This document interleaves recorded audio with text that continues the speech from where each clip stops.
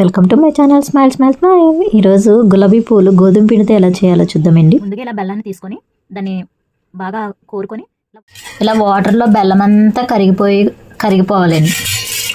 చూసారా, ఈ బెల్లం నీళ్ళు. దీన్ని మళ్ళీ ఏమన్నా మనం వడకట్టుకోవాలి, లేదంటే ఇందులో వేస్ట్ అవన్నీ వస్తాయి. చూసారా, నేను ఇలా వడకట్టుకున్నాను, ఎంత వేస్ట్ వచ్చిందో తుక్కది. ఇలా వడపోసుకోవాలి. ఇలా వడపోసుకున్న తర్వాత మనం ఆశీర్వాద్ గోధుమ పిండి ఆటా తీసుకుంటున్నాను నేను. ఆశీర్వాద్ ఈ గోధుమ పిండిని మనం ఇందులో మిక్స్ చేసుకోవాలి. ఒకసారి ఈ గోధుమ పిండిని కూడా మనం జల్లించుకొని కలుపుకుంటే మంచిది. అందులో కూడా ఏమన్నా అట్లా వేస్టేజ్ వస్తుంది. సో జల్లించి చూద్దాం. ఇప్పుడు జల్లించిన పిండి ఇందులో కలుపుకుందాం. ఇప్పుడు నేను గోధుమ పిండి అంతా జల్లించాను, ఎంత బరక వచ్చింది. దీన్ని వేస్ట్ వచ్చింది. ఇప్పుడు ఈ గోధుమ పిండిని మనం ఆ బెల్లం వాటర్లో కలిపేద్దాం. ఇప్పుడు కొంచెం కొంచెంగా వేసుకొని కలుపుకోవాలి. మనం గోధుమ పిండి ఉండలు లేకుండా కలుపుకోవాలన్నమాట. ఈ బెల్లం వాటర్లోనే కొంచెం పించ్ ఆఫ్ సాల్ట్, చిటికెడు సాల్ట్ కూడా వేసుకోవాలి. మనం కొద్ది కొద్దిగా ఇలా వేసుకొని కలుపుకోవడం వల్ల ఉండలు లేకుండా కలుపుకోగలుగుతున్నాం.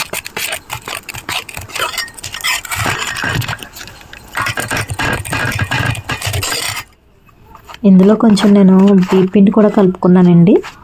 2 చిన్న కప్స్ బీప్ పిండి వేసాను నేను. సో ఇది కూడా ఉండలు లేకుండా బాగా మిక్స్ చేసేసుకోవాలి.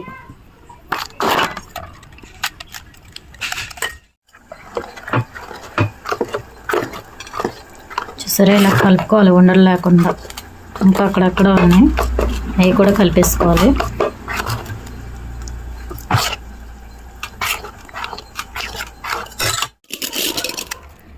నేను ఒక 3 బనానాస్ ఇలా స్మాష్ చేసుకొని ఇందులో కలుపుతున్నాను. ఎందుకంటే బనానాస్ వేయడం వల్ల టేస్ట్ వస్తుంది, గుల్లా వస్తుంది, బాగుంటుంది.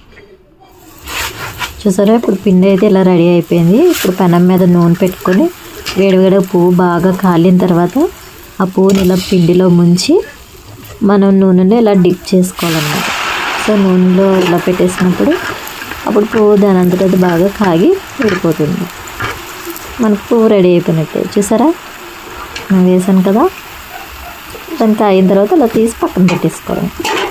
మొత్తం గులాబీ పూలన్నీ ఇలా చేసేసుకోవడం. సో మీ అందరికీ నచ్చిందని అనుకుంటున్నాను. మీకు నచ్చితే లైక్ చేయండి.